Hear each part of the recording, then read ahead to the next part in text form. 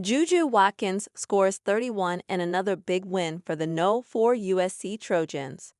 Super sophomore JuJu Watkins had another big game as the No. 4 USC Trojans ran their winning streak to 8 games with a 78-58 win over the No.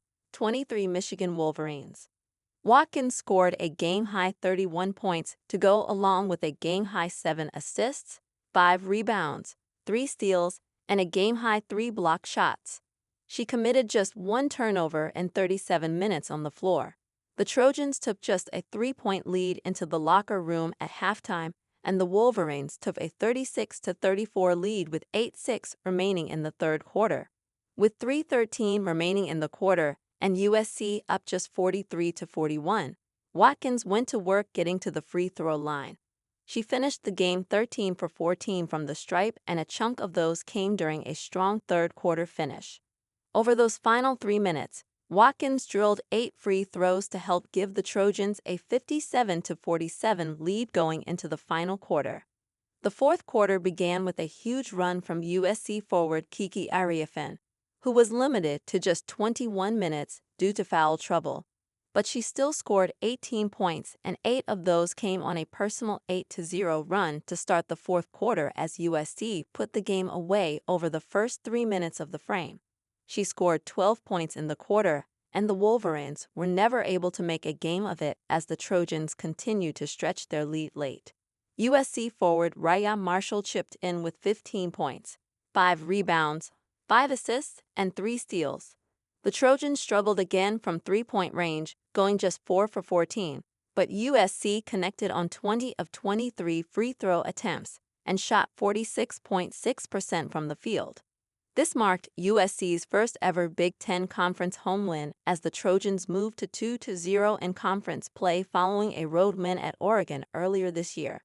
USC will stay home and host Nebraska on Wednesday, January 1 at 12 p.m. The Huskers will be coming off a 91-54 loss to UCLA at Pauley Pavilion. NCAA Do Player of the Year race comparing the top 3 players. As we wrap up 2024, the year of women's basketball, let's take this final POT ranking before the new year to compare the top 3 prospects: Hannah Hidalgo, JuJu Watkins, and Paige Bueckers. It's really apparent how close this race is when you look at the stats side by side like this.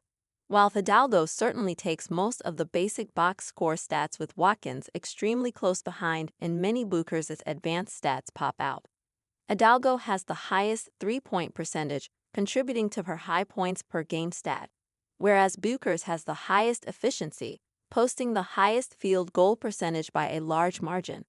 Watkins told media in the past week she has been spending her sophomore season trying to be a better teammate in the sense of getting her teammates more looks, which contributes to her having the highest assists per game number.